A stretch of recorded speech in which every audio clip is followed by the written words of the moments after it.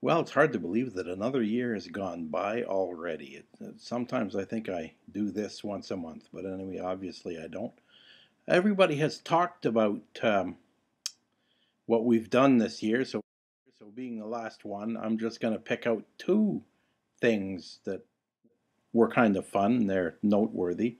Um, the first thing I want to talk about is every year we Alpha, West Central participate in a Florida. thing called You are Field Day. 7 Alpha, Ontario. 7 Alpha, Ontario. Field Day is sponsored by the amateur radio operators in Canada and in the United States. In Canada, it's Radio Amateurs of Canada that kind of sponsors it. What it is you pretend that a disaster has occurred and that all antennas have been disabled and most things have been flattened. There's no power. So the idea is to restore communications. You're given the maximum of 24 hours to do that. And then for 24 hours, you make as many contacts as you can all over North America. But the contacts that you do make really depend on the band that you're transmitting on. So a radio club may have, from 3, sometimes they actually have 8 radio stations that are going to transmit on different clubs. This year, Sam and I were on the international frequency, so that all of our contacts were kind of California, Florida, Texas, I think Vancouver, Alberta, that sort of thing. So in order to do that this year, because we joined a different club, we're no longer able to bring our trailer. So we bought this huge tent, and it's a giant thing. So we were able to set up tables in there, and we pushed Kathy off into her own tent so that we could make as much noise as we want all night if we wanted to. So we have a lot of fun with that every year, doing this. Sam and I this year made by far the most number of contacts in the club. Victor Echo 3 Whiskey Echo. Victor Echo 3 Whiskey Echo. 1 Echo to the answer, go. Roger, we're 7 Able. Ontario. 7 Able, Ontario. Fun too, because everybody pulls together.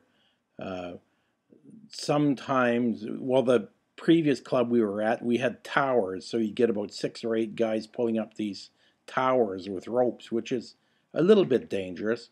But this year, in our case, we were a little bit cruder. What we did is we just stretched wires on trees and posts and whatever, and we just used wire antennas. So that was kind of challenging, and it was different, and it was a lot of fun. The other thing is, of course, we went on a holiday this year. We went up to Thunder Bay and around through Hearst and back south again. While we were there, we of course went to see Jerry's hunting camp. And we like his hunting camp because every time we go there, we seem to get moose to eat. So in order to have moose, you have to have a hunting camp, I guess. But it was something that would be a lot of fun to camp at. Not in the spring, though, no thank you. There'd be a lot of mosquitoes there. But in the late summer and early fall, it would be a lot of fun to camp there. And I did notice that you're far enough in the bush that if you listen carefully, you don't hear a thing. You don't hear cars or anything like that. So it's very unusual to be able to find an area like that. So anyway, we went visiting that, and it was really quite impressive. And Jerry's very proud of his hunting camp. So that's really what I wanted to talk about this year, other than we hope that you have a very joyous and a very Merry Christmas and a Happy New Year, and stay safe, and we'll talk again next year. Merry Christmas and Happy New Year.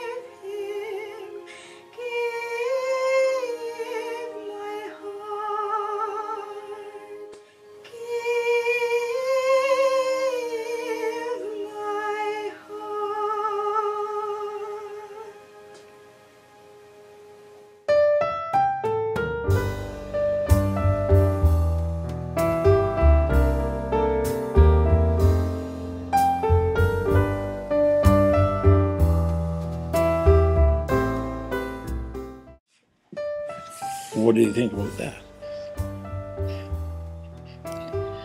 And here it is. What? And here it is. Ah, hi, hi. Whoa, whoa. View the list. What? What do you think about that?